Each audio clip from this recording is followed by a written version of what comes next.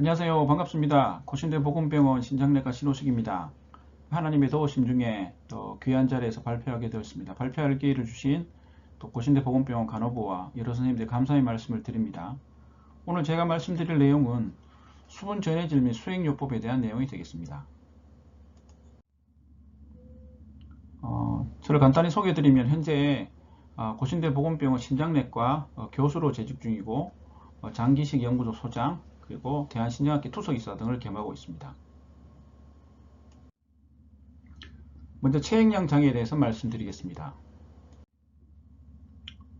체액량 장애 관련해서는 이 체액량 감소의 원인을 콩팥 관련, 콩팥 이외의 원인, 감별 진단, 수액을 어떻게 줄지, 그 다음에 부었을 때, 그 다음에 이뇨제를 어떻게 사용할지에 대해서 말씀드리겠습니다. 체액량이 줄었다 하면 진정한 체액량 감소는 수분하고 소금이 함께 감소된 겁니다. 하지만 상대적으로 체액량 감소가 있을 수가 있습니다. 뒤에 말씀드릴 신증후군이라든지 이런 경우에 염분의 소실 없이 세포 외액 유용증이 상대적으로 증가한 경우가 있습니다. 체액량 감소의 원인을 크게 보시면 절대적으로 실제로 감소한 출혈이라든지 콩팥 외의 원인이죠. 그다음 설사가 난다든지 콩팥 원인인 경우는 이뇨제를 사용하거나 그 다음에 콩팥 관련된 병이 있을 경우나 그 다음에 호르몬 결핍, 특히 스테로이드가 결핍된 경우에 이렇게 나타나고요. 상대적으로 발생하는 것도 콩팥 이외의 원인 같은 경우는 신부전, 하펠료나 간경화, 그 다음에 폐혈증 등이 원인이 될 수 있고 콩팥 원인일 경우는 신증후군이 원인이 될 수 있겠습니다. 체액량 감소의 원인 첫 번째로 신성원인 콩팥 원인을 보시게 되면 이뇨제죠. 그리고 그다음 삼투성 이뇨, 용질 이뇨, 예를 들어서 당뇨 수치가 아주 높다거나 이럴 경우 요붕증으로 그다음 프리워터가 많이 소실되는 경우가 있습니다. 또한 콩팥 원인으로 알도스테론 생산 장애에 있는 유전 질환이라든지 그다음 염분 손실 세뇨관 질환, 그다음에 상대적 체액량 감소하는 신증후군 등이 있습니다. 신외성 원인으로는 출혈이라든지 그다음 위장관 손실 등이 있습니다. 이렇게 체액량이 감소된 임상 증상을 보시게 되면 당연히 조금 감소됐을 경우는 어지럽다든지 맥박이 빨리 뛴다든지 힘이 없어지는 경우가 있습니다. 아주 많이 감소하면 소변이 나오지 않거나 혈압 측정이 안 되거나 이런 경우가 생깁니다. 영아에서는 피부 긴장도와 점막 상태의 건조가 가장 중요하지만 소실된 체액 종류에 따라 임상 양상이 다르게 나타납니다. 체액량 감소이 중요한 생리적 반응이라 함은 말초 혈관 수축이나 심박수 증가 등이 있습니다. 보통 진단하시는 걸 보면 이완기 혈압이 소위 말해 사람이 섰을 경우에 10mm 머큐리 이상 감소될 경우입니다. 이럴 경우에는 플루이드 챌린지를 하게 되는데 생리식염수 500cc를 1시간 정도 해서 주입하고 맥박, 혈압, 소변량을 확인하게 됩니다. 특히 요중 소듐, 나트륨 같은 경우는 요중 나트륨이 10보다 감소되거나 그 다음에 프랙션 오브 익스크레디브 소듐이라고 분액률이 1% 미만이 되게 되면 신외성 원인이 되겠습니다. 또한 진단을 할 때 구토 혹은 위배액량 증가 같은 경우에 요중 나트륨 배출이 증가하는 걸로 되어 있고 폐혈성 순환 허탈 등도 원인이 될 수 있게 되겠습니다. 그럼 치료를 어떻게 할 거냐? 결국은 유효순환 혈액량, 결국 혈관 안에 있는 실제로 피는 그대로지만 혈액량을 많이 해서 체액량 감소를 줄이는 것이 필요합니다. 가장 중요한 것들은 역시 생리식염수 투여가 가장 중요하겠습니다. 뒤에 말씀드릴 수액에서 말씀드릴게요. 보통은 1리터를 투여하면 체액량이 한 6% 가까이 증가하는 걸로 되어 있습니다. 그럼 실제로 그럼 부었는 게 뭐냐? 이디마, 부종의 정의는 우리 체액량 중에서 사이질, 인터스티시얼 스페이스 내의 사이질이 증가하는 경우를 보통 부종이라 정의하고 있습니다. 그러면 간질 공간에 체액이 축적, 부종이 생기는 주된 원인이 아는 것을 중요하겠습니다. 크게 보시면 결국 혈관 내에 정수와 그 양이 증가해서 밖으로 밀어내는 힘이 커지거나 그 다음 혈장 교질 삼투압, 알부민 등의 중요한 물질들이 적어지면 밖으로 빠져나가게 됩니다. 또 하나가 모세혈관 투과성이 증가해도 체액이 증가하는 것처럼 보이고요. 림프관이 폐쇄돼도 그렇습니다. 그래서 이 크가지 네 가지 원인이 부종이 생기는 큰 원인으로 알려져 있습니다. 병인으로 말씀드린 세포관 손상이라든지 그다음 약제라든지 아마 그런 것들에 대해서 말씀을 드렸습니다. 스탈링과 포스 힘의 장애, 아까 말씀드렸던 정맥압이 올라가는 경우, 심장의 원인이 있거나 그 다음에 교질 삼투압 감소하는 경우 결국은 신증후군 등 알부민을 감소하는 경우 원인이 될 수 있게 되겠습니다. 모세혈관 손상은 면역 반응이라든지 감염이 원인이 될 수 있고요.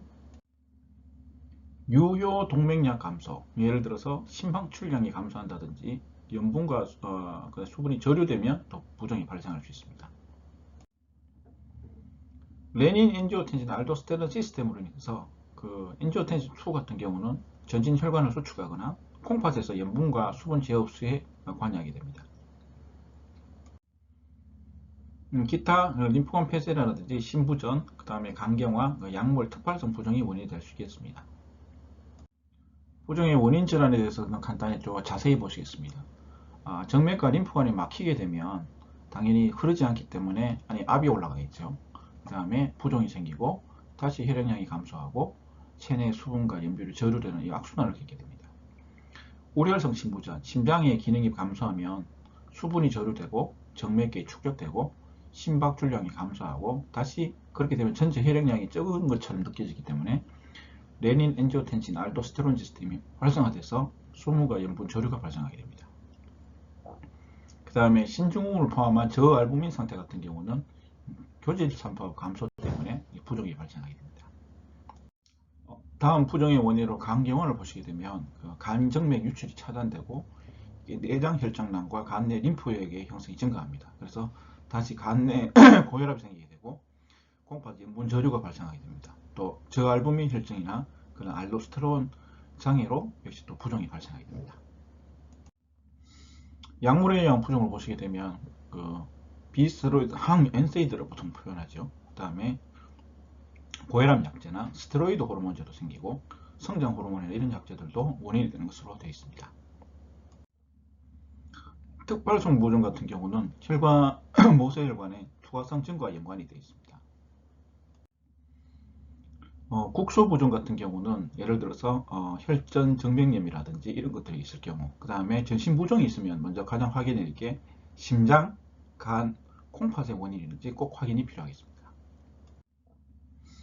보시면 심장, 간, 콩팥의 원인이 있을 경우에 운동시 호흡관이라든지 복수가 동반되다든지 요독 증상 이런 것들로 분별할 수 있게 되겠습니다. 다음은 부종에서 사용하는 이뇨제에 대해서 말씀드리겠습니다. 크게 근위세뇨관, 그 다음에 고리작용, 그 다음에 집합관에 사용하는 이뇨제로 나눌 수 있습니다.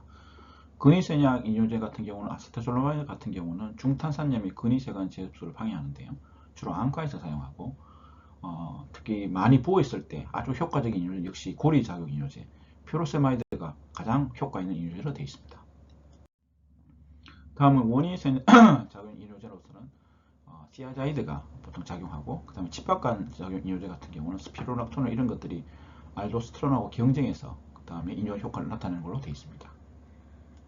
이뇨제 작용 부위를 간단히 한 번 더 요약하면 근위세뇨관 쪽에가 작용하는 이뇨제, 그 다음에 헬레스 루베 식 어센딩님에 작용하는 루푸스 관련 이뇨제, 그 다음에 디지털 튜블 쪽에 작용하는 시아자이드 이뇨제, 그 다음에 집합관에 작용하는 스피로락톤 같은 이런 이뇨제, 크게 4가지 부위들이 있게 되겠습니다. 임상에서 흔히 사용하는 이뇨제는 크게 4가지로 말씀드렸고요. 보시면 주로 칼륨이 감소되는 효과들이 있습니다. 그러면 앞에 말씀드린 상대적으로 체액량 감소되는 질환이 뭐가 있을까요? 출혈, 이뇨제, 요봉증은 실제로 다 빠지는 거죠. 근데 신증후군은 몸에서 단백뇨가 빠져서 교질 삼투압이 감소해서 상대적으로 체액량이 감소된 상태로 보시면 되겠습니다. 급성 신손상으로 인한 부종이 있을 경우 가장 효과적인 이뇨제는 역시 고리세뇨관 이뇨제는 퓨로세마이드가 가장 효과 있는 걸로 되어 있습니다. 방금까지 내용을 정리해 보시면 체액량 감소의 원인, 콩팥이나 콩팥 외의 원인, 간별 진단이라든지 수액 투여, 원인 질환, 이뇨제의 작용 기준 합병증에 대해서 간단히 말씀드렸습니다. 다음은 삼초질 농도 장애에 대해서 말씀드립니다. 주로 나트륨, 소듐에 대한 내용이 되겠습니다.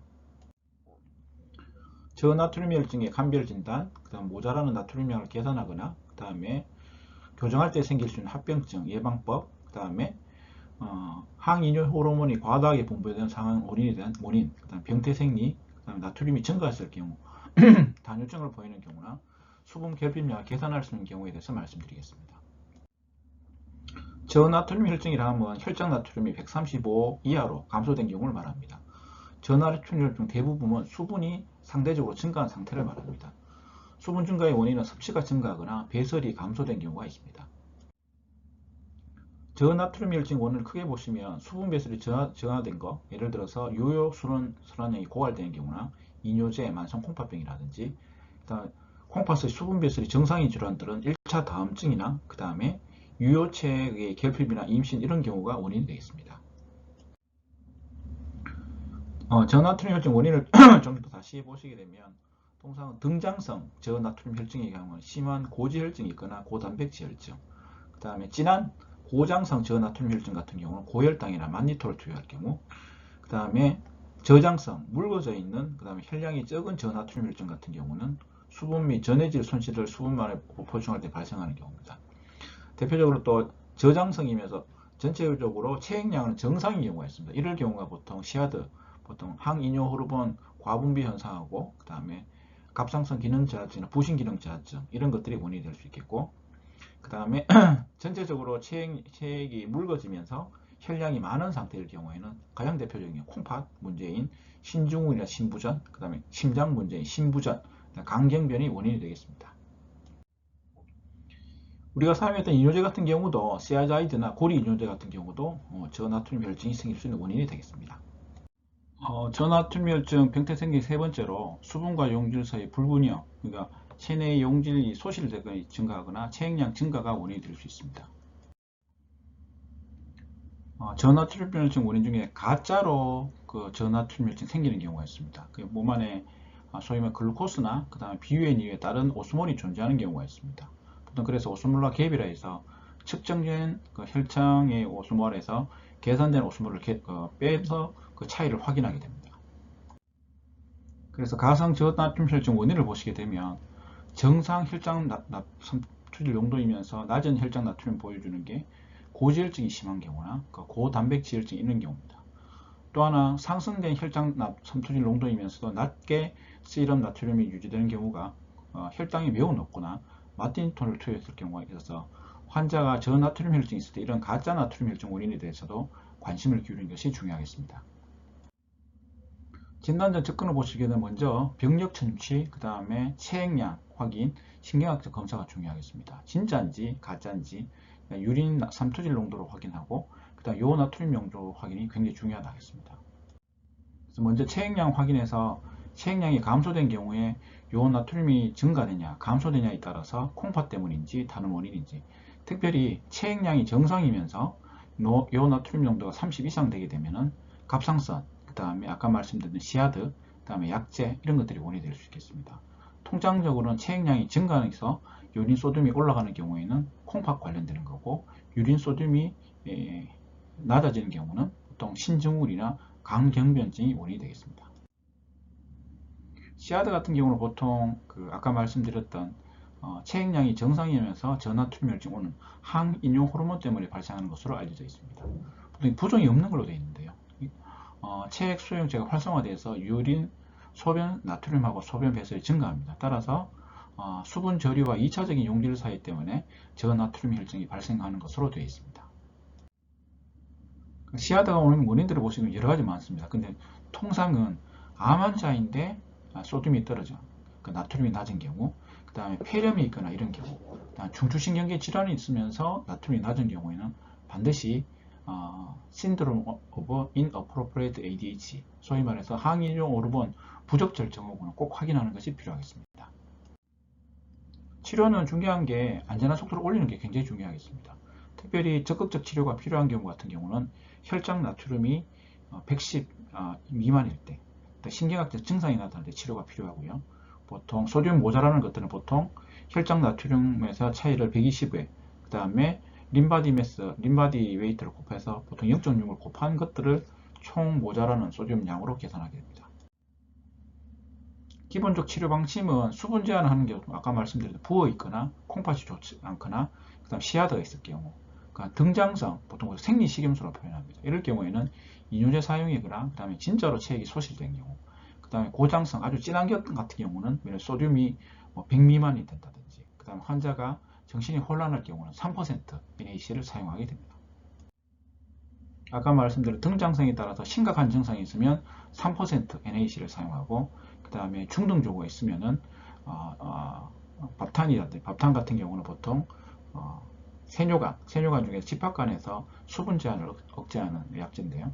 이런 것들을 한 다음에 수분 제한을 한다든지 이렇게 단계를 정하게 됩니다. 시아드 치료는 아까 말씀드렸다시피 수분 제한 치료가 주된 내용이 되겠습니다. 계산하는 방식인데요. 60세 여자가 이뇨제를 먹었는데 평소 체중은 60kg였고 씨름 소득은 108이었습니다. 그래서 소듐 데피시트를 아까 계산하게 되면 360이 모자라게 됩니다. 따라서 신경학적 증상도 있고 씨름 소득이 110이 미만이기 때문에 3% NaCl을 투여하게 됩니다. 근데 이게 소듐을 교정하다 보면 과교정할 경우에 오스모틱 디마일리네이션 신드롬, 그 환자 멘탈이 더 이상하게 됩니다. 예를 들어서 첫 24시간 내에 플라즈마 소듐을 12 이상 갑자기 올리는 것이 굉장히 좋지 않게 됩니다. 따라서 천천히 올리는 것이 굉장히 중요하겠습니다. 치료는 아까 말씀드렸던 내용인데 속도가 굉장히 중요합니다. 고나트륨 혈증이 정의에 대해서 보시게 되면 역시 상대적인 초용 체액량 감소 또는 모든 체액의 전해질 농도가 증가하는 게 특징이 되겠습니다. 병인 같은 경우는 수분 소실이나 소듐 축적에서 발생하는데요. 원인으로 보시게 되면 수분 소실, 예를 들어 발한이라든지 콩팥으로 많이 단뇨가 생길 경우에 고나트륨 혈증이 잘 생긴 걸 수도 있습니다. 따라서 소듐이 축적되는 경우, 소듐을 많이 섭취하거나 이런 경우, 그 다음에 환자가 산증이 있을 경우에 바이카보네이트, 탄산수소 나트륨을 많이 줘도 이런 게 발생할 수 있게 되겠습니다. 아까 말씀드린 단뇨가 원인이 될 수 있는데 중추성 요봉증, 머리 쪽에 문제가 있는 경우, 그 다음에 삼투 수용체 기능이 있는 경우, 예를 들어 혈관성 질환이 이런 경우, 그 다음에 항이뇨 호르몬 대사가 증가하는 임신 때나 그 다음 신성 요분증, 콩팥에 문제인 경우에 단뇨가 발생할 수 있게 되겠습니다. 고나트륨 혈증이 있을 때 일단 세포 외액 증가로 확인해 세포 외액이 증가되어 있으면 고장성 3% NaC를 투여하고 증가되어 있지 않으면 최대한 농축된 소변량의 최소량을 확인해서 거기에 따라서 약제를 투여하게 됩니다. 고나트륨 혈증의 뇌의 적응 같은 경우는 보통상은 이 고나트륨 혈증으로 뇌가 이렇게 수축이 되게 되면 뇌 사이즈, 머리 쪽에 있는 뇌 사이즈의 소압이 감소하게 되고 여기서 압력차로 인해서 CSF 사이로 사이질에서 뇌로 이동하기 굉장히 좋게 되게 됩니다. 또한 뇌세포 같은 경우는 이 전해질 섭취해서 체액을 잘 유지하게 되는데요. 보통은 일반적으로 세포가 견디기 힘들 정도의 혈장 삼투질 농도 아래에서 세포가 정상 기능을 유지하려고 그러면 삼투질이라는 물질이 필요하는데 보통 이런 세포 내 단백질 기능을 저해하지 않으면서 세포 내 용적을 유지하는 유기용질을 주로 글루타민이라든지 이런 것들이 알려져 있습니다. 고나트륨의 임상 증상을 보시게 되면 주로 뇌에서 수분 함량의 변화로 발생하게 되는데 흥분한다든지 발작한다든지 발열 구토 등이 생길 수 있게 되겠습니다. 치료는 교정 속도를 낮을 때와 마찬가지로 높을 때에도 천천히 낮춰야 됩니다. 통상은 24시간 안에 12, 아까 말씀드렸던 저나트륨 혈증일 때도 24시간 안에 한 10에서 12 정도 교정하는 걸로 아시면 되겠습니다. 아까 말씀드린 학습 목표 간단히 정리하면 저나트륨 혈증의 감별 진단, 아까 말씀드린 체액량이라든지 유린 소듐이 중요하고요. 계산하는 방법은 간단히 말씀드리고 예방 교정할 때 생길 때 천천히 해야 됩니다. 아까 말씀 24시간 동안 10에서 12 이상 교정되지 않도록 하는 것이 중요하겠고, 그 다음에 항이뇨 호르몬이 과다하게 분비되는 원인이 뭐라고 했습니까? 암 있는 환자라든지 폐렴, 그다음 뇌 쪽에 문제 있는 환자가 생길 수가 있습니다. 이럴 경우에 보통 체액량은 정상인데 유린 소듐이 낮은 경우가 되겠습니다. 고나트륨 혈증 원인, 체액량에 따라서 말씀드릴게요. 단뇨의 원인, 신성, 콩팥 여러 가지가 고나트륨 혈증의 수분 결핍량도 말씀을 드렸습니다. 고칼륨 혈증일 때 총내 총칼륨이 증가하는 경우가 있고 실제로 상대적으로 증가하는 경우가 있습니다. 그것에 대해서 같이 공부하겠습니다. 다음은 50세 여자 환자와 혈압이 낮고 저칼륨 혈증 치료에 대한 내용입니다. 저칼륨 치료할 때 실제로 모자라는 게 우리 계산해서 정말로 정확하게 측정할 수 있는지, 그 다음 감시 목적으로 심전도 사용하는 게 맞는지, 정맥 투여하는 것이 좋을지, 먹는 것으로 주는 것이 좋을지, 속도라든지, 그 다음에 손실 정도와 혈장 칼륨 농도에 밀접한 상하 영향이 있는지에 대해서 같이 공부하도록 하겠습니다. 보통 칼륨, 보통 포타슘이라고 많이 씁니다. 원자번호 19번이고요. 보통 칼륨 같은 경우는 여러분 피검사를 보시게 되면 serum 포타슘이 3.5에서 한 4 정도가 정상으로 되어 있습니다. 따라서 세포 4개에 가장 많은 것으로 되어 있습니다. 세포 4개 많고 상대적으로 소듐은 당연히 세포 외에 우리 피 안에 가장 많은 걸로 되어 있습니다. 포타슘의 균형을 보시면 보통 하루에 100mm몰, 100ml 이퀄런트를 먹게 되면 위장관으로 대변으로 10 정도 빠지고 대부분 콩팥으로 90을 빠집니다. 따라서 콩팥 기능의 감소 여부가 포타슘의 상승 여부에 상당히 중요한 영향을 미칩니다. 세포 횡단 이동을 보시게 되면 근육에 가장 많은 퍼센티지를 포함하고 있습니다. 아까 말씀드렸 포타슘 핸들링을 튜브에서 보시게 되면 근위 세뇨관에서 한 70% 가까이, 그 다음 스틱 어센딩님의 상행각에서 한 25% 정도 흡수되는 것으로 되어 있습니다. 전해질을 계산할 때 보통 우리가 음료를 보시게 되면 대부분 미리그램 단위로 되어 있습니다. 하지만 우리가 보통 전하량이 중요한데요. 전하량 곱하기 몰레큘러 웨이트를 곱하면 미리그램 단위가 되는데요. 통상은 우리 쓰는 예를 들어서 캔 중에 6헤어가 있으면 216mg이 있지만 실제로는 전하량 단위가 더 정확합니다. 따라서 분자량으로 나누게 되면 5.5mg 이퀄런트가 섞여 있게 됩니다. NaCl 1g 같은 경우는 분자량으로 곱하면 17 정도, 그 다음에 KCl 같은 경우 KCl 1g에 13mg 이퀄런트 정도가 되어 있습니다. 계산하는 방법이죠. 오늘 말씀드릴 내용은 저칼륨 혈증이 칼륨이 낮을 경우의 원인, 그 다음에 세포 내외 이동, 심전도 소견, 임상 양상, 그럼 모자랄 경우에 줘야 되는데 어떻게 투여할지 원칙에 대해서 보시겠습니다. 그 다음에 고칼륨 혈증도 원인, 심전도, 임상 양상, 응급처치에 대해서 말씀드리겠습니다. 저칼륨 혈증은 혈청 포타슘이 3.5 미만 감소될 경우, 총 칼륨량이 감소하거나 세포 외에서 세포 내액으로 들어가 버리면 상대적으로 감소, 이것도 또한 저칼륨 혈증의 중요한 원인으로 되어 있습니다. 저칼륨 혈증 주요 원인을 보시게 되면 아까 말씀드렸던 어디로 많이 빠져나가나? 예, 맞습니다. 콩팥으로 거의 90% 빠져나갑니다. 따라서 콩팥에서 소실되는 경우, 예를 들어서 유전 질환이라든지 그 다음에 산증이 있거나 이런 경우, 그 다음에 위장관으로 나갑니다. 우리 구토가 있다, 특히 설사, 세포 내외 이동을 보시게 되면 알칼리증 있거나 인슐린 치료하거나, 그 다음에 네 번째로 부적절하게 칼륨을 많이 섭취하는 경우도 크게 4가지 원인으로 되어 있습니다. 콩팥에서 포타슘 배설을 증가시키는 원인을 보시게 되면 뒤에도 한번 나올 건데요. 알도스테론 호르몬이 중요합니다. 그리고 원인 세뇨강으로 소듐의 배설률이 증가하면 포타슘이 쓸려 내려갑니다. 그 다음에 산증이, 알칼리증이 있다거나 그 다음에 용질의 배설이 증가할 경우에 포타슘 배설이 증가하는 것으로 되어 있습니다. 이 그림이 굉장히 중요한데요. 정탕 포타슘에 관한 호르몬, 자, 왼쪽 그림을 보시겠습니다. 왼쪽 그림은 근육세포입니다. 우리가 아까 말씀드릴 때 포타슘의 세포 내외 이동일 때 가장 중요한 세포가 뭐라 맞습니다. 골격근입니다. 그럼 골격근의 세포 내외 이동이 중요한 호르몬을 보시게 되면 인슐린이 굉장히 중요합니다. 인슐린이 우리 근육세포에 있는 소듐 포타슘 ATPase를 자극하게 되면 포타슘이 세포 내로 들어가게 됩니다. 대신에 반작용으로 소듐이 나가게 되고, 그다음 또 하나 천식 치료로 사용하는 베타2 아고니스트, 벤톨린 같은 약제를 써도 포타슘이 안으로 들어갑니다. 따라서 고칼륨 혈증일 때를 생각하면 인슐린이나 베타2 아고니스트를 주게 되면 몸에 있는 포타슘을 배설은 시키지 못하지만 세포 내로 이동시켜서 상대적 포타슘을 낮출 수 있는 치료약제로 쓸 수 있습니다. 이쪽은 근육세포고요. 오른쪽은 콜렉팅 덕트, 우리 튜블, 세뇨관에 대한요. 세뇨관에서 중요한 호르몬 중에 하나가 알도스테론입니다.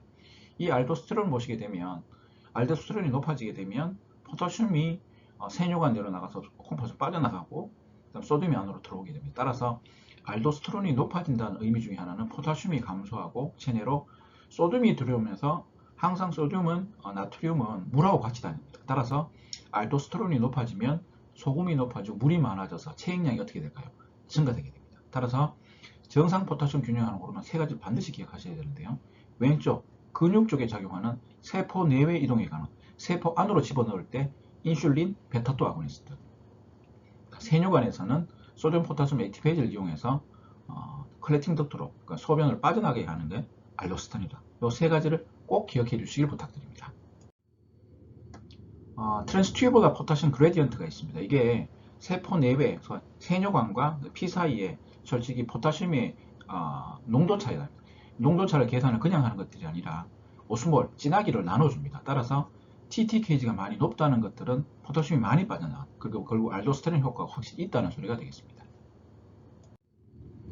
그럼 저칼륨 혈증에 대해 진단적 접근, 중요한 거는 보통 이게 정말로 세포 내외 이동이 있는가 하는 것이 굉장히 중요합니다. 따라서 아까 말씀드렸던 인슐린이 과다하게 들어간다든지 베타2 아고니스트가 있다든지 이런 것들이 있는지 꼭 확인이 필요하고요. 그 다음 중요한 게 포타슘이 어디로 많이 배설된다고 말씀드렸죠? 맞습니다. 콩팥입니다. 콩팥으로 90% 이상 배설되기 때문에 유린 포타슘이 많으냐 적으냐 기준이 15입니다. 요즘은 24시간 소변을 받지 않아도 1회선용만 받아도 충분합니다. 따라서 15mm몰 이상 초과해서 되게 되면 콩팥으로 배설된다. 이게 중요합니다.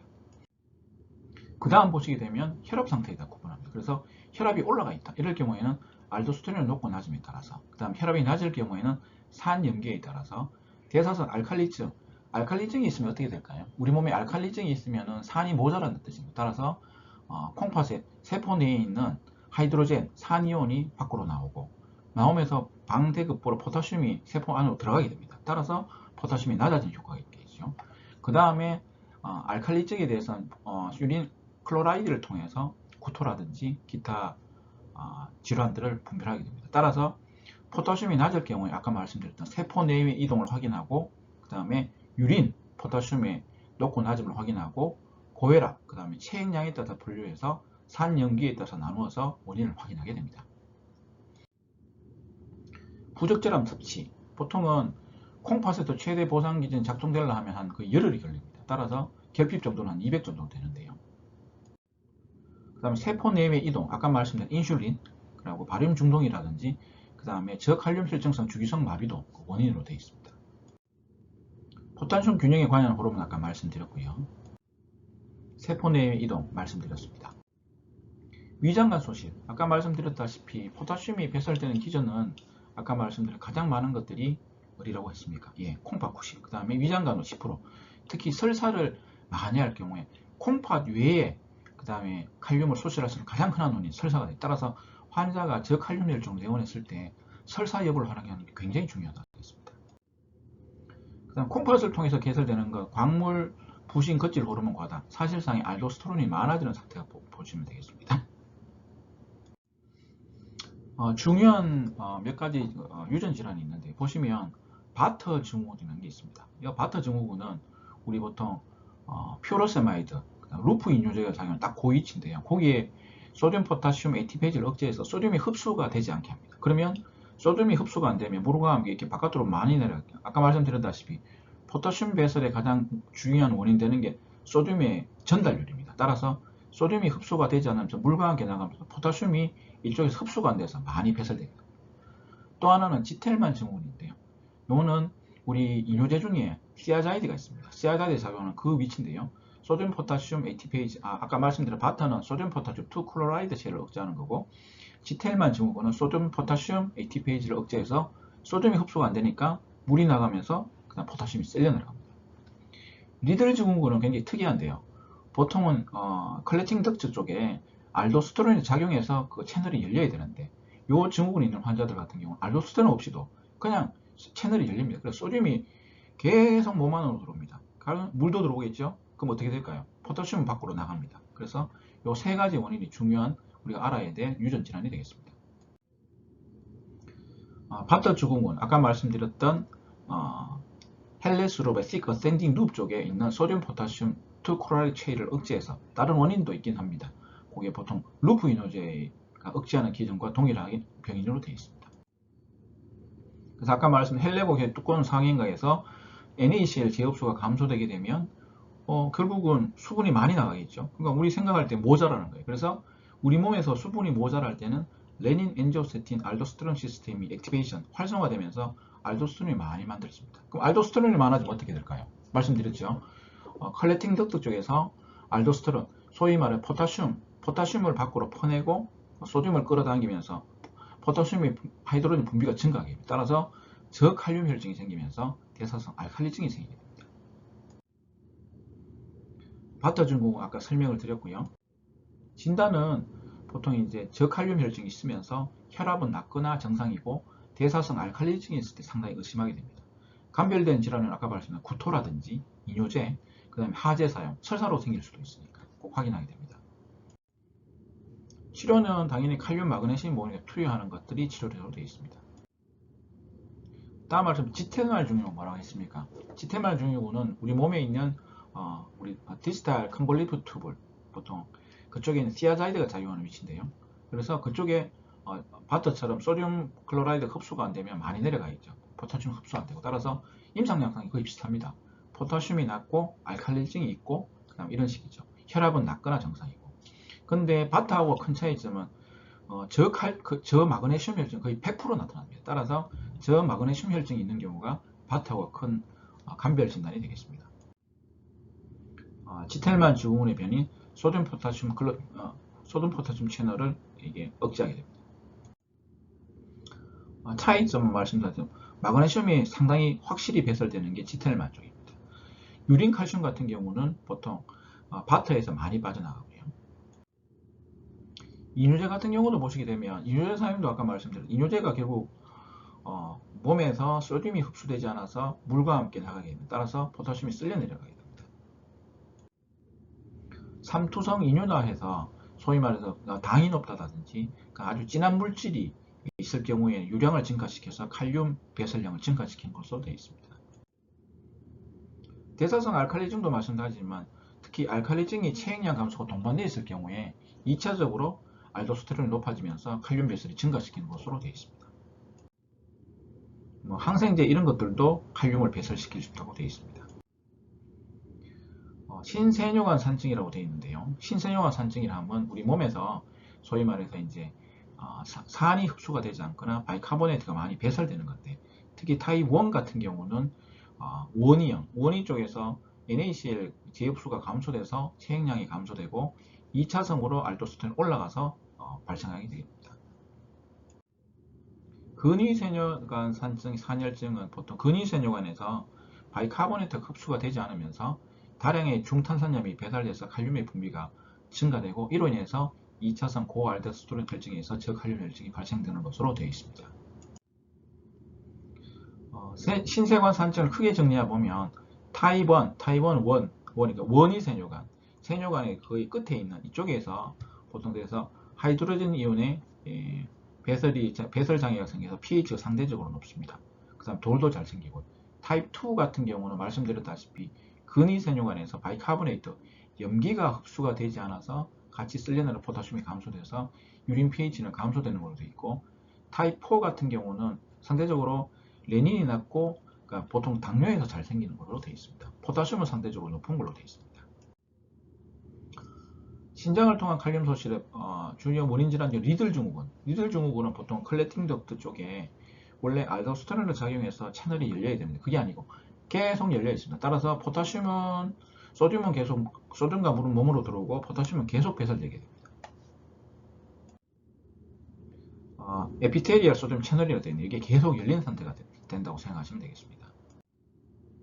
치료는 저염식하고 해당하는 아밀로라이드나 트리암테린 하는 약제를 줘서 고혈압, 전해질 치료하는 걸로 되어 있습니다. 임상 양상이 중요합니다. 포타슘이 낮을 때 대부분 아까 높을 때도 마찬가지지만 결국은 포타슘이 근육의 상태에 상당히 영향을 줍니다. 우리 근육이 움직일 때 액션 포텐셜이 중요한데요. 그래서 낮을 경우에는 근육에 문제를 준다. 심전도 변화도 중요한 게 유파가 보입니다. 뒤에 한번 보시겠습니다. 아까 칼륨 결핍일 때 심근, 신경근육, 콩팥, 수분 전이들 다양한 변화가 오게 됩니다. 그래서 여기 보시게 되면 PQRS-T가 있는데요. T 다음에 다시 보시게 되면 유파가 발생하는 이런 것들이 지금 저칼륨 혈증의 중요한 심전도 소견이 되겠습니다. 치료 지침은 대부분 총칼륨 혈증이 아까 말씀드렸다시피 소듐은 세포 외에 혈관에 많습니다. 따라서 우리 아까 기억하실 때 소듐은 모자라든지 넘치든지, 모자라면 계산해서 주고 넘치는 만큼 안에 몸 안에 탈수된 상태에 진하기 때문에 그만큼은 수액을 공급합니다. 근데 포타슘은 세포 안에 대부분이 있기 때문에 우리 세포 외에 있는 혈액에서 측정했을 경우 진짜 이게 정말 낮은 것인지 정말 높은 것인지를 알 수가 없습니다. 따라서 그럴 경우에는 예측이 잘 안 됩니다. 통상은 혈장 우리 pH 측정했을 때 정상이 예를 들어 4였는데 3이 됐다 하면 총 체내 칼륨이 대충 한 300 정도 떨어져 있다고 합니다. 이건 그냥 예측치입니다. 계산할 수가 없습니다. 따라서 보통 이제 그렇게 예측하게 되고, 심각한 합병증이 없을 때 가능하면 경구적으로 먹여서 뭐 바나나를 준다든지 약으로 준다든지, 그래서 응급하지 않으면 하루에 한 40에서 120, 100 정도 보충하는 걸로 되어 있습니다. 염화칼륨이 효과적인 걸로 되어 있고요. 정맥으로 줄 때는 중심형변 효과로는 좀 더 많이 줄 수 있고, 주입 속도는 시간당 한 10에서 20, 하루 총 200을 넘지 않게. 그러면 우리가 저칼륨 혈증일 때 포타슘을 적정하게 주고 있냐 볼 때는 중요한 것들은 심전도일까요? 심전도는 참고입니다. 반드시 피검사를 통해서 잘 주고 있는지, 그 다음에 체내 칼륨량도 반드시 확인하는 것이 중요합니다. 다음은 고칼륨 혈증에 대해서 말씀드리겠습니다. 보통 고칼륨 혈증은 혈장 칼륨 농도가 5.5 초과될 경우에 말하고, 원인을 보시게 되면 저칼륨 혈증과 마찬가지로 이게 가짜 칼륨 혈증이 아닌지 꼭 확인해야 되고, 세포 내외 이동, 배설이 되지 않는지. 아까 말씀드렸다시피 포타슘 칼륨은 90% 이상 소변으로 배설되기 때문에 콩팥의 기능 이상으로 인해서 다른 연으로 인해서 배설이 감소될 수 있습니다. 거기에 대해서 잘 보셔야 될 것 같습니다. 그래서 먼저 가짜 칼륨 혈증이 있는지 확인하고, 그다음 세포 사이의 이동, 그다음 중요한 거 콩팥 부전, 급성 신부전이 있는지 확인하고 엔세이드나 ACE 이니비터 같은 약제를 중단하는 것이 필요하겠습니다. 진단적 접근을 보시게 되면 초기에 포타슘이 6.0 이상 되거나 심전도 변화가 있는 경우, 이럴 경우에 있으면 응급치료를 바로 해야 되고요. 세포 내외 이동, 예를 들어 고혈당이라든지 베타 차단제 이런 약들을 사용하지 않는지, 요배설 감소, 하루에 40보다 감소되게 될 경우에는 요 전해질을 확인해서 요즘 소듐이 적게 배출되는지, 여기에 따라서 원이 소듐으로 전달 감소 여부를 확인하고, TTKG 아까 말씀드렸다시피 트랜스튜뷸러 포타슘 그레디언트라 해서 혈액과 세뇨관 사이의 농도차를 확인해서 실제로 알도스테론 작용 여부를 확인하는 것이 중요하겠습니다. 아까 앞에 말씀드린 내용이고요. 통상 고칼륨 혈증 일으키는 약제들은 우리 보통 진통제, 엔세이드를 표현하고, 베타 차단제나 레닌 억제제, ACE 이니비터, ARB 약제들이 실제로 임상에서 많이 사용해서 고칼륨 혈증이 일어날 가능성이 많겠습니다. 가짜 고칼륨 혈증 보시게 되면 혈소판이 갑자기 많이 증가하거나 백혈구가 많이 증가하는 경우, 용혈, 실제로 RBC가 깨질 경우에 포타슘이 많이 나옵니다. 그 다음에 피덩이가 형성되면 세포 내 칼륨이 누출되게 됩니다. 세포 내외 이동 보시게 되면 산증, pH가 0.1보다 감소함에 따라 혈전 칼륨이 0.6 상승하는 걸로 알려져 있습니다. 따라서 pH를 확인해서 포타슘 상승 여부를 또 예측할 수도 있고요. 고칼륨성 주기성 마비라든지 당뇨병성 고혈당증도 원인이 알려져 있습니다. 그 다음에 전화의존성 신세뇨관 상전이라든지 좀 드문 유전 질환들도 원인이 되고요.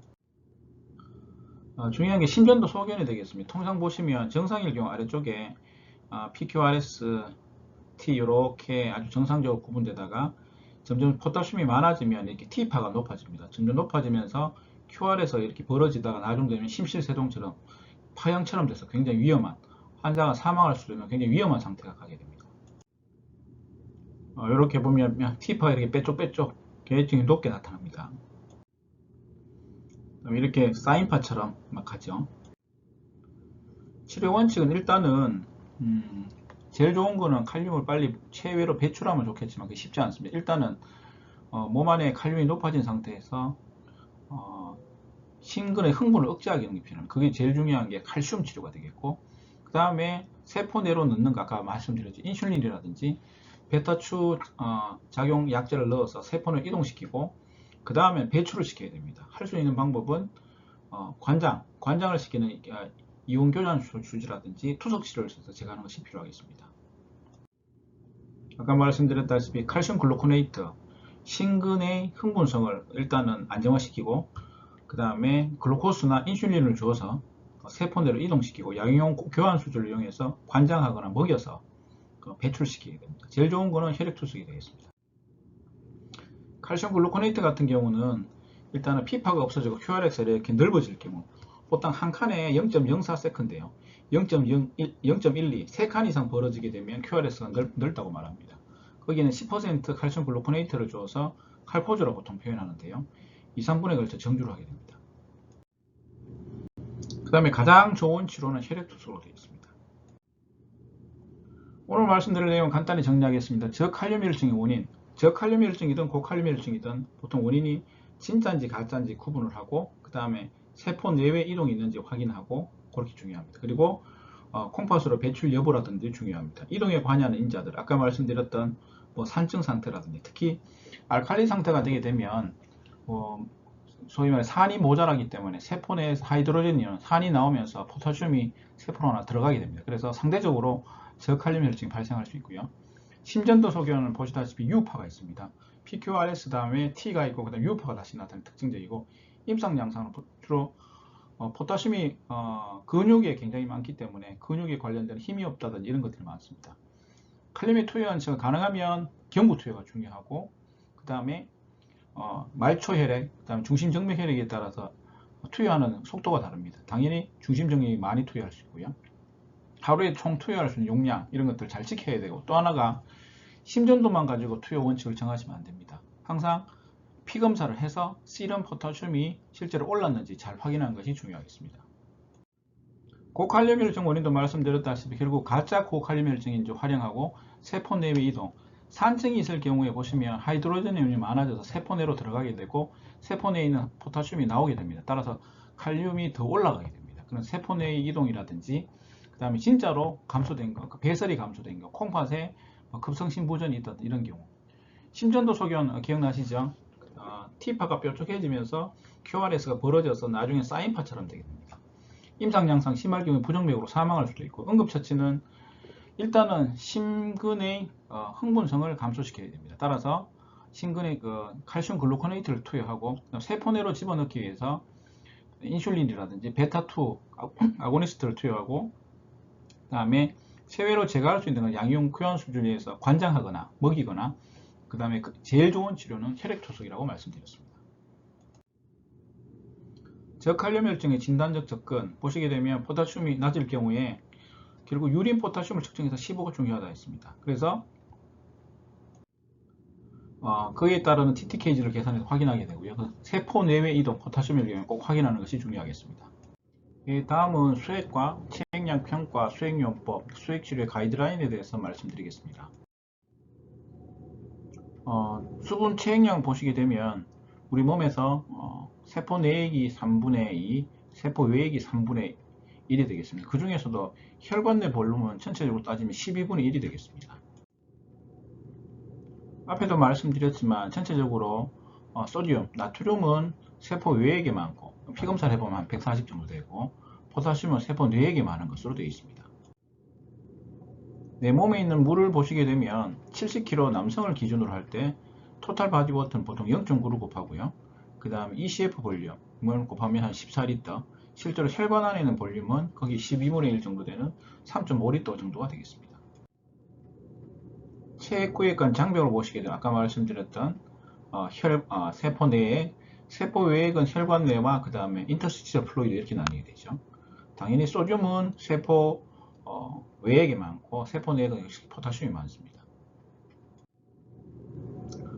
세포 외액과 세포 내에서 수분 이동 같은 경우를 보시게 되면 계산하는 그 플라즈마 오스몰라리티 같은 경우는 가장 크게 역시 플라즈마 오스몰라리티 혈액에 가장 많은 게 소듐이기 때문에 소듐과 글루코스 비율로 보통 결정되게 됩니다.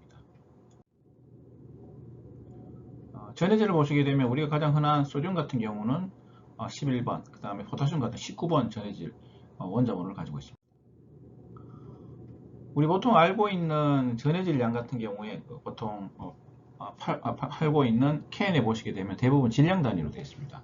질량 단위는 전하량 단위는 몰레큘러 웨이트를 곱하면 질량 단위가 되는데요.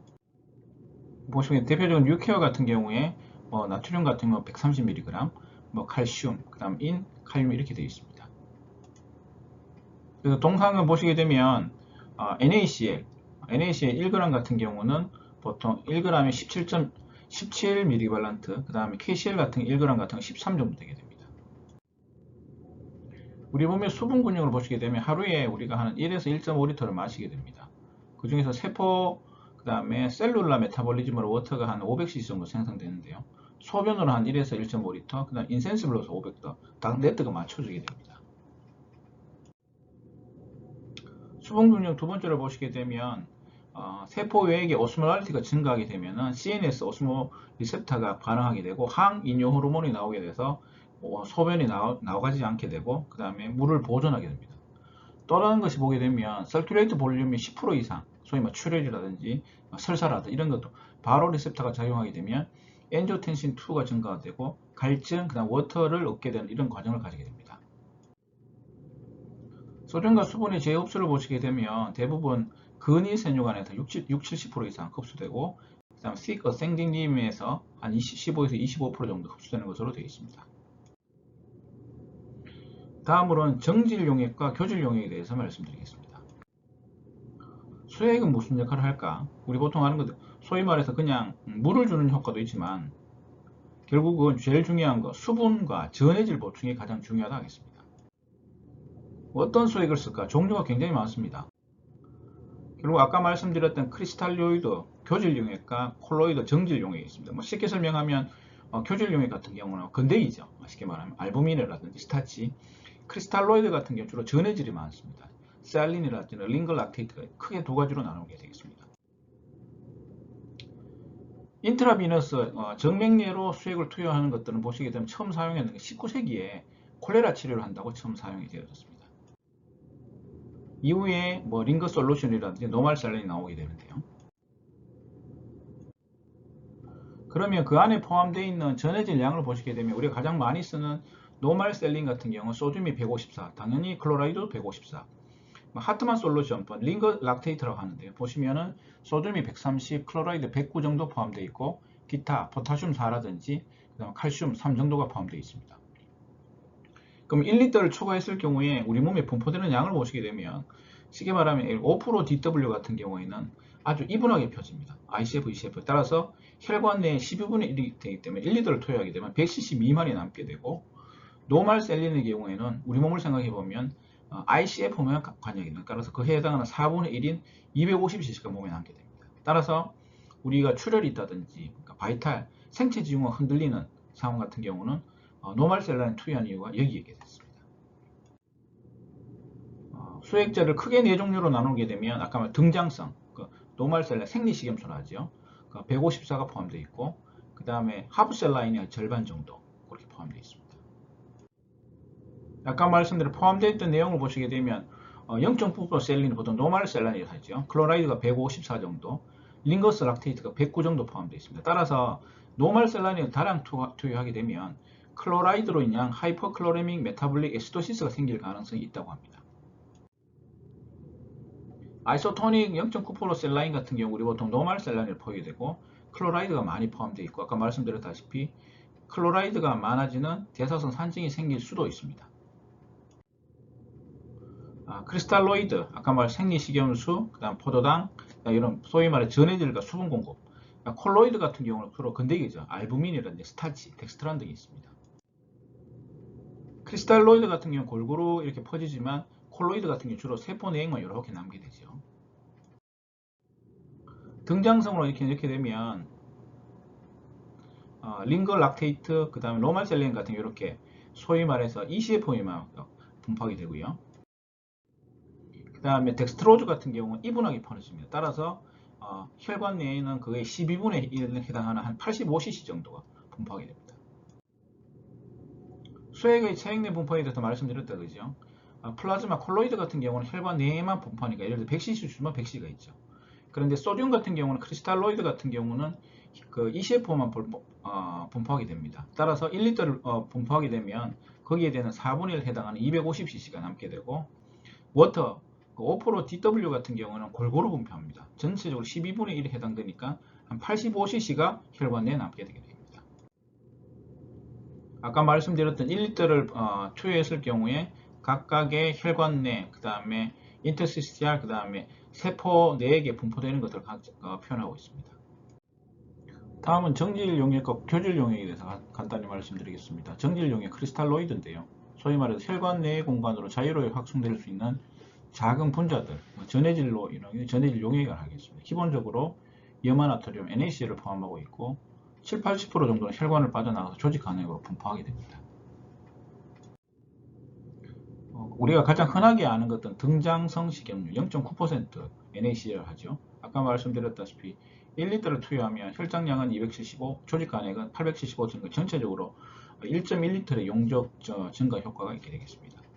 아까 말씀드렸던 등장성 식염수 같은 경우는 클로라이드를 154mg 포함하고 있기 때문에 하이퍼클로레믹 메타볼릭 에시도시스가 발생할 가능성이 높습니다. 다음으로는 저스트하나 링거를 락테이티드 링거 솔루션을 하는데요. 보통 이 하트만 솔루션으로 알려져 있습니다.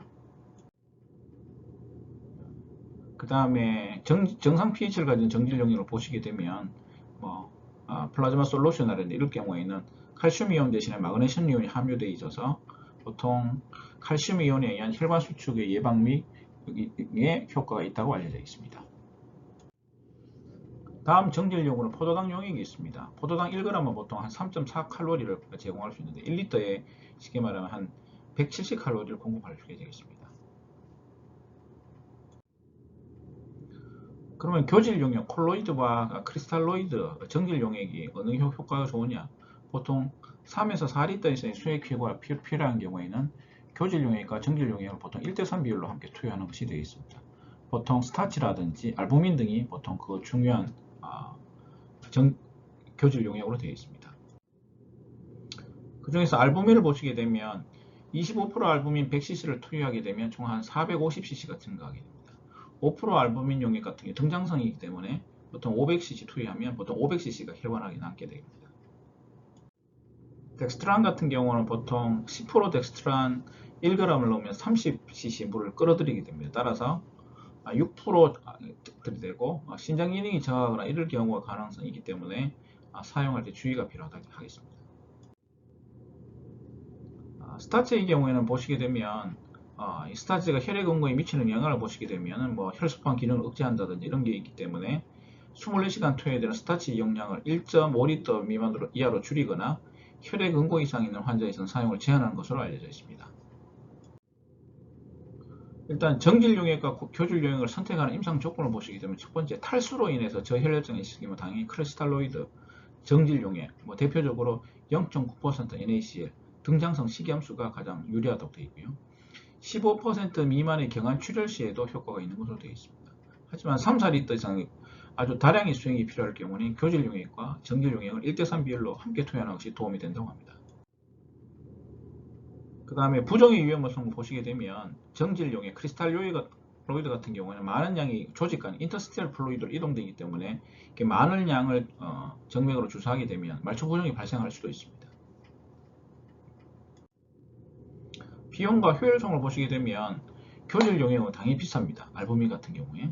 그 다음 혈장량 증가가 주요 목표일 경우에는 교질용액, 콜로이드를 투여하고 전체 세포 외액량 증가가 목표일 경우에는 정질용액, 크리스탈로이드, 0.9% NaCl을 투여하게 됩니다. 다음은 최근에 나온 수액 관련된 연구에 대해 관련해서 말씀드리겠습니다. 그러면 환자가 탈수라든지 이런 상황이 있을 때 대부분 생리식염수를 사용합니다. 그 생리식염수가 과연 최선의 선택일까? 최근의 연구 결과에 대한 코멘트를 보시게 되면 락테이트 링거 솔루션, 하트만 솔루션 같은 경우에 실제로 가격차가 얼마 나지 않음에도 불구하고 환자의 생존율을 일부러 증가시킨다는 게 최근에 보고되었습니다. 따라서 최근에 노멀셀 라인에서 특히 다량의 수액을 3에서 5리터 이상 다량의 수액을 공급할 때는 밸런스 플루이드, 락테이트 솔루션을 사용하는 것이 초이스가 되지 않을까 라고 최근에 제안하고 있습니다. 다음으로 체액량 평가 수액요법에 대해서 말씀드리겠습니다. 우리 몸에 체액량이 많고 적은 걸 평가할 때 가장 중요한 것들은 운동 시 호흡곤란이 가장 민감한 것으로 되어 있고, 그 다음에 발작성 야간 호흡곤란 같은 경우에 양성일 경우에 상당히 가치가 있는 걸로 되어 있습니다. 그리고 혀가 드라이되어 있다든지 눈 주위가 함몰되어 있다든지 이런 경우, 갈증은 탈수 정도와 큰 관련성이 없는 것으로 되어 있습니다. 신체 검진을 할 때 체액이 많은 경우, 예를 들어서 청진할 경우에 말초에 부종이 있다든지 경정맥이 확대해 있는 경우, 이럴 경우 그렇고요. 폐원 같은 경우는 체액량 과다를 예측하는 양성 예측도 한 100% 정도 이런 걸로 알려져 있지만 음성 예측도는 35% 정도로 아주 약한 걸로 되어 있습니다. 기립성 생체 징후 및 심음을 보시게 되면 우리가 보통 3분 이상 누운 상태에서 기저의 맥박과 혈압 측정한 다음에 3분 동안 일어선 자세를 유지하고 맥박 혈압을 측정해서 혈압이 10mm 머큐리 이상 감소하거나 그 다음에 맥박이 분당 20회 이상 증가한 경우에 상당히 의미 있다. 하지만 환자가 응급실에 내원했을 경우에 서기가 어렵습니다. 그렇기 때문에 누워있을 때와 앉았을 때 측정해서 이렇게 차이가 나도 환자의 체액량이 상당히 변화가 있다, 적다라고 생각하시는 것이 중요하겠습니다.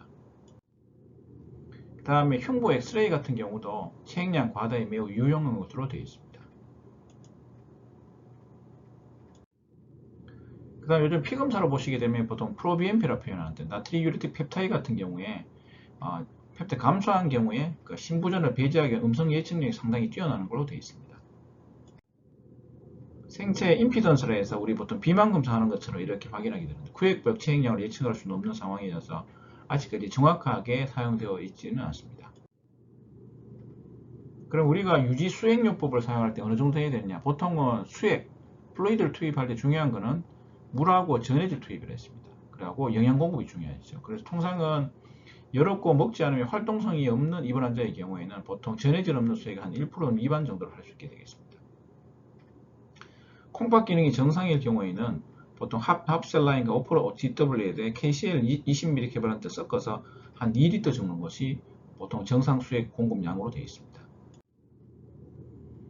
그럼 하루에 필요한 수분 소량이 얼마나 될까 보시게 되면 체중 kg당 한 30cc, 우리 70kg 성인으로 볼 때는 하루에 2리터 정도가 필요한 걸로 되어 있습니다. 하지만 환자가 열이 날 경우에는 보통 체온이 1도 오를 때 수분 소요량이 15% 이상 증가한 것으로 되어 있어서 특히 열 나는 환자에서는 추가적인 수분 공급이 필요하겠습니다. 수분 균형을 위해서 정상 성인이 하루에 필요한 수분량 보시게 되면 우리 마시는 양은 한 500cc, 물에 음식에 포함된 800cc, 옥시데이스도 몸에서 생산되는 게 한 300cc, 한 1600cc가 필요하게 됩니다. 배설량을 보시게 되면 수분이라든지 스킨이라든지 그다음 호흡을 통해서 대변으로 이렇게 배설하게 됩니다. 하루에 기본적으로 필요한 수액량 앞에 말씀드렸는데 투입량과 배설량이 똑같게 됩니다. 다음은 수액 투여할 때도 고려해야 될 것이 아까 말씀드렸던 체온이 올라갈 때 추가로 더 줘야 되고 또한 오랜 금식을 하게 될 경우에 우리 몸에 있는 단백질이 브레이크다운 되게 됩니다. 카타볼리즘 가기 때문에 최소한의 카보하이드레이트가 투여해야 됩니다. 보통 하루에 100에서 150g 정도 투여가 되어야 됩니다. 그래서 전해질 같은 경우는 포함해서 우리 몸에 합셀라인과 5% DW 합쳐서 2리터, 그 다음 1리터당 KCl 20ml 개발한테 섞어서 줄 때 적절한 전해질과 수분량이 공급되게 됩니다. 우리 몸에 필요한 전해질 소요량은 보통 나트륨 소요량이 하루에 몸무게 kg당 1에서 20ml 개발란트, 60kg 잡으면 한 100에서 120 정도 되겠죠. 칼륨 요구량 같은 경우는 아까 말씀드렸다시피 수분 1리터에 한 20ml 개발란 정도 포함시키라고 되어 있습니다. 에너지 소요량을 보시게 되면 보통 70kg 성인 남자의 경우에는 보통 하루에 80g의 신체 단백질을 소모하는 걸로 되어 있습니다. 따라서 앞에 말씀드렸지만 이 단백질 소모를 막기 위해서는 비경구적으로 열량 공급을 줘야 되는데 하루에 투여해줄 열량은 한 500칼로리를 꼭 공급해 주는 것이 필요하겠습니다.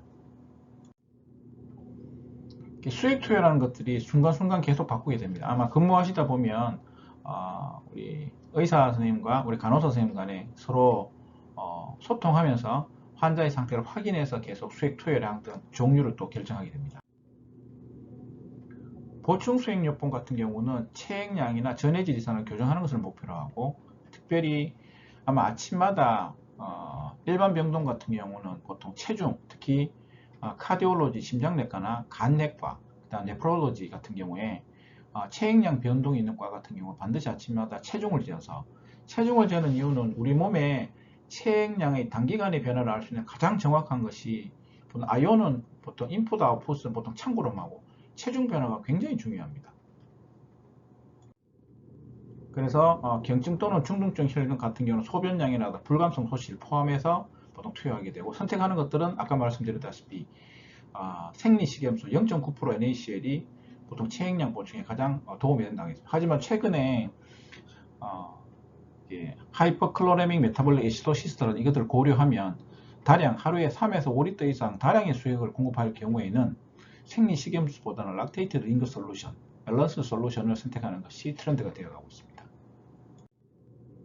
칼로리 같은 경우는 보통 보면 글루코스 같은 경우에 실제로 아까 말씀드렸다시피 글루코스 1g에 한 3에서 4칼로리 정도 됩니다. 그 감안해서 프로테인의 브레이크다운, 캐타볼리즘 생기지 않게 최소한 500칼로리 정도는 유지하라고 되어 있습니다. 수행 치료 속도 같은 경우는 대부분 요즘은 플루이드 들어간 기기로 맞추게 되지만 최소한 기본은 그렇습니다. 6초에 한 방울, 보통 60가트로 표현하게 되겠는데요. 하게 되면 1시간에 1분에 4cc, 1시간에 한 240cc가 들어가게 됩니다. 따라서 1시간에 240cc가 되고 그 다음에 6초에 한 방울이 들어가게 되면 1시간에 40cc, 24시간 하게 한 960cc 따라서 C가트로 주게 되면 하루에 한 1리터 정도로 투여하게 됩니다. 하루에 기본적으로 필요한 수행량에 대해서는 말씀을 드렸고요. 수행 치료의 가이드라인에 대해서 간단히 말씀드리겠습니다.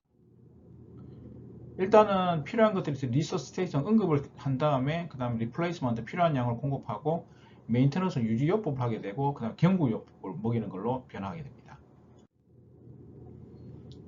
수액 치료의 골든룰을 먼저 보시게 되면 가장 중요한 거, 하나님께서 우리 사람의 몸을 만들어 놓으실 때 우리 몸은 수분 과다보다는 수분 부족에 있어서 굉장히 강력한 방어 기전을 가지고 있습니다.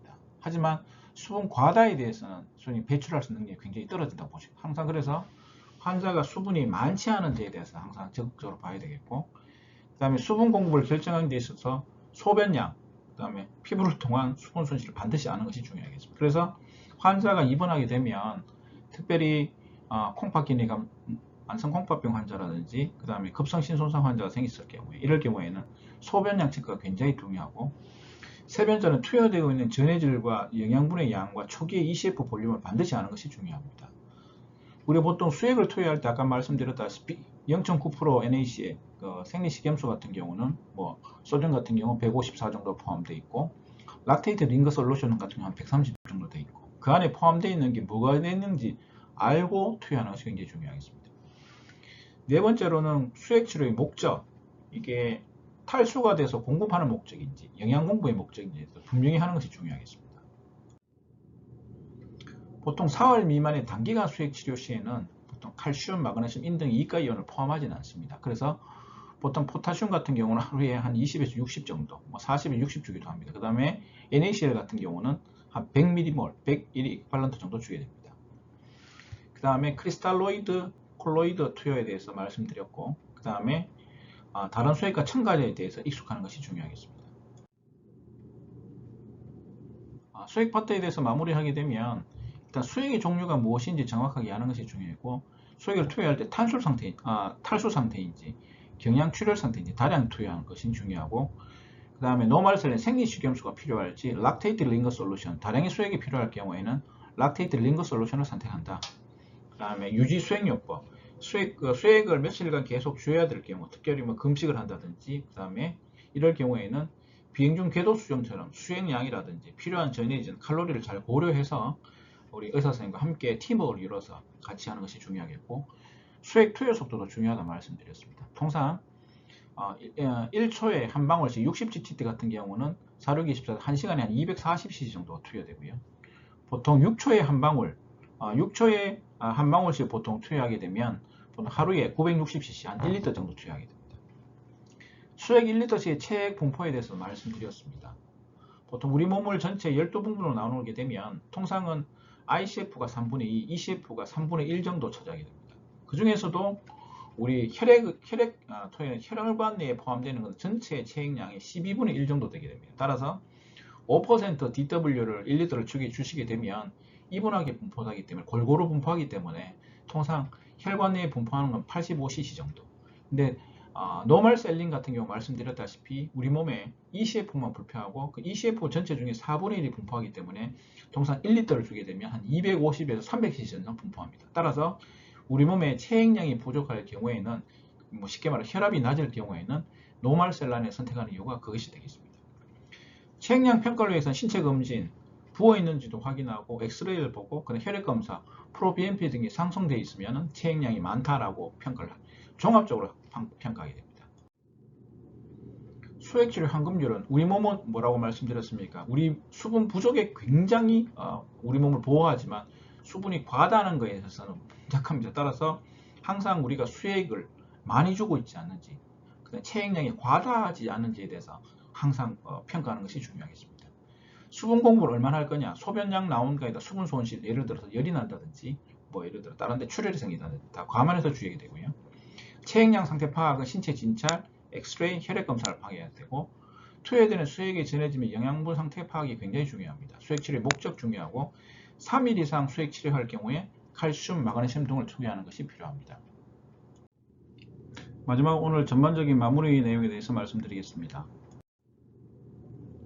처음에는 우리가 체액량 관련돼서 말씀드렸습니다. 체액량 감소하는 경우, 콩팥 원인인 경우와 이외의 원인, 그 다음에 감소 원인에 따라서 절대적으로 감소했느냐, 상대적으로 감소했느냐에 따라 감별을 진단, 필요했던 수액, 그 다음에 부종의 원인, 부종 생기는 원인들이 단백뇨가 예를 들어서 많이 빠진 상황인지, 그 다음에 체액량이 많이 늘은 상황인지 병의를 설명을 드렸고, 이뇨제, 아까 말씀드렸던 근위소명암 관련되는 이뇨제, 그 다음에 디지털 튜블, 그 다음에 헬레스룹에 작용하는 거, 컬렉팅 덕트에 작용하는 이뇨제가 있었고, 그 중에서도 만성 콩팥 기능이 감소했을 경우에는 루프 이뇨제, 퓨로스마이드가 가장 강력한 이뇨제로 알려져 있다고 말씀드렸습니다. 저나트륨 혈증의 감별 증상, 보통 체액량과 유린 소듐에 대해서 나름들었고, 그 다음에 소듐 같은 경우는 체외에 많기 때문에 계산해서 줄 수 있다. 그래서 교정할 때 생기는 합병증과 예방법, 천천히 교정해야 된다. 예를 들어서 시럼 소듐을 하루 동안 10에서 20mg 이상 올리지 말고 아주 천천히 올려야 된다. 그 다음에 항이뇨 호르몬이 과다 분비되는 원인들, 예를 들어서 갑상선 질환이라든지 부신 기능 저하라든지 이런 것들을 다 제외시켜야 된다. 병태 생긴 말씀드렸고요. 고나트륨 혈증 원인, 체액량이 모자라는 원인들에 대해서 말씀드렸고, 단혈증 원인들은 말씀드렸고, 그 다음에 고나트륨 혈증 통상 생긴다는 것, 수분 결핍량에 대해서도 말씀드렸습니다. 그 다음에 우리 칼륨에 대해서 말씀드렸습니다. 저칼륨 혈증 원인, 칼륨을 생각할 때 우리 항상 생각해야 될 것들은 소변으로 거의 대부분 90% 이상이 배설되기 때문에 결국 콩팥 기능이 원인이 있냐, 배설, 소위 말해 콩팥으로 많이 배설되거나, 그 다음에 세포 내외 이동이 있거나, 그 다음에 덜 먹는 경우가 되겠죠. 세포 횡단 이동에 관한 이제 말씀드렸습니다. 먼저 가장 많이 분포되어 있는 것이 근육입니다. 근육에 있는 소듐 포타슘 ATPase를 통해서 어떤 소듐이 근육 안으로 들어가게 만드는 게 뭐라고 말씀드렸죠? 예, 인슐린과 그 다음에 우리 전식에 사용하는 베타2 아고니스트가 있고, 튜브를 생각하면 세뇨관을 생각하면은 세뇨관에서 소듐과 물을 몸으로 끌어당기고 포타슘을 밖으로 소변을 퍼내는 게 뭐라고 했습니까? 예, 알도스테론. 그래서 근육에 관련되는 것들은 인슐린과 베타2 아고니스트, 그 다음에 세뇨관에서는 알도스테론이 중요한 호르몬을 말씀드렸습니다. 심표통성은 U 웨이브가 보인다. 임상양상, 근육이 감소한다. 투의 원칙, 가능하면은 경고로 섭취한다든지, 그리고 그 다음에 중심 정맥이나 말초 정맥 같은 최대 투여하는 양을 정해야 되고, 중요한 거, 주면서 칼륨이 고정되는 걸 알기 위해서 중요한 게 뭐라고 말씀드렸습니까? 심전도도 중요하지만 그것보다는 피검사, 혈청 검사를 통해서 반드시 확인해야 된다고 말씀드렸습니다. 고칼륨 혈중 결국 콩팥으로 배설이 되지 않거나, 그 다음에 세포 내외 이동이 생기거나 이런 경우, 심전도 소견, 말씀 처음에는 T파가 뾰족해지고 QRS가 벌어지면서 사인파가 이렇게 되는 게 중요하고, 임상 향상, 응급입니다. 부정맥 생길 수 있고, 근육이 아프거나 이런 것들. 응급처치 중요한 게 뭐라고 말씀드렸습니다. 일단은 세포막을 안정시켜야 되는 것이 중요합니다. 칼슘 글루코네이트를 투여하고, 세포내로 이동시키는 인슐린하고 글루코스를 투여하고, 체외로 배출시키는 것, 보통 K엑셀레이트, 레진 등을 투여해서 경구로 먹이거나 관장을 해서 빼내거나, 제일 좋은 치료는 뭐라고 했습니까? 혈액투석이라고 말씀드렸습니다. 그 다음에 수액 관련해서는 또 혈관 내 수분은 한 3.5리터 정도 되고, 불감성 손실은 하루에 한 500cc 정도 되는 것도 되어 있습니다. 세포 내에게는 포타슘이 가장 많고, 세포 외에게는 소듐이 가장 많은 걸로 되어 있습니다. 정질용의 크리스탈로이드, 교질용의 콜로이드 용액 중에 생리식염수에는 소듐이 한 154 정도, 링거액에는 소듐 130 정도 포함되어 있고, 보통 정질 크리스탈로이드 생리식염수 1리터를 투여하면 혈장에서 말씀드렸다시피 1리터 250cc 정도, 왜냐하면 ECF에만 분포하고 ECF 중에서 혈관 내에 분포하는 게 4분의 1입니다. 따라서 1리터의 4분의 1, 한 250cc 정도가 증가한다. 교질 용액에는 알부민 등이 있다라고 되어 있습니다. 체액량 평가 수행요법에서 보통 혈압이 보통 환자가 누워 있다가 서거나 앉힐 경우에 혈압이 10mm 머큐리 이상 감소하거나 맥박이 분방 20회 이상 증가할 경우에 이거는 모자라거나 문제가 있다. 그다음 흉부 엑스레이를 촬영한 프로BNP 피 검사를 통해서 확인할 수 있고요. 유지 수행용법, 콩팥 기능이 정상일 때 하루에 합셀라인과 오프로덱스트롤도 한 2리터와 KCl 20mg 리터당 섞어서 주는 걸로 되어 있습니다. 하지만 열이 나면 1도 증가 시 한 10에서 15%의 수액을 추가로 더 공급하는 걸로 되어 있습니다. 체액량 평가 수액용법을 보시게 되면 저형량, 감소되어 있을 경우 생리식염수 투여한다. 그죠? 수액제 칼로리 같은 경우는 템포로 1리터 같은 경우는 보통 1cc에 4칼로리니까 보통 400칼로리 정도 공급되어 있고, 수액 치료의 속도는 말씀드렸다시피 1분에 60가트, 1초에 한 방울씩 떨어지면 1시간에 240cc, 그러니까 한 4시간 하면 1리터 다 들어가겠죠. 6초당 한 방울 주게 되면 하루에 한 960cc, 한 1리터 정도 투여하게 됩니다. 공부하신다고 고생이 많으셨습니다. 우리 병원은 처음으로 하거나 최고로 하는 것들이 참으로 많은 병원입니다. 거기에 대해서 자부심을 가지고 교육에 임해 주시기를 부탁드립니다.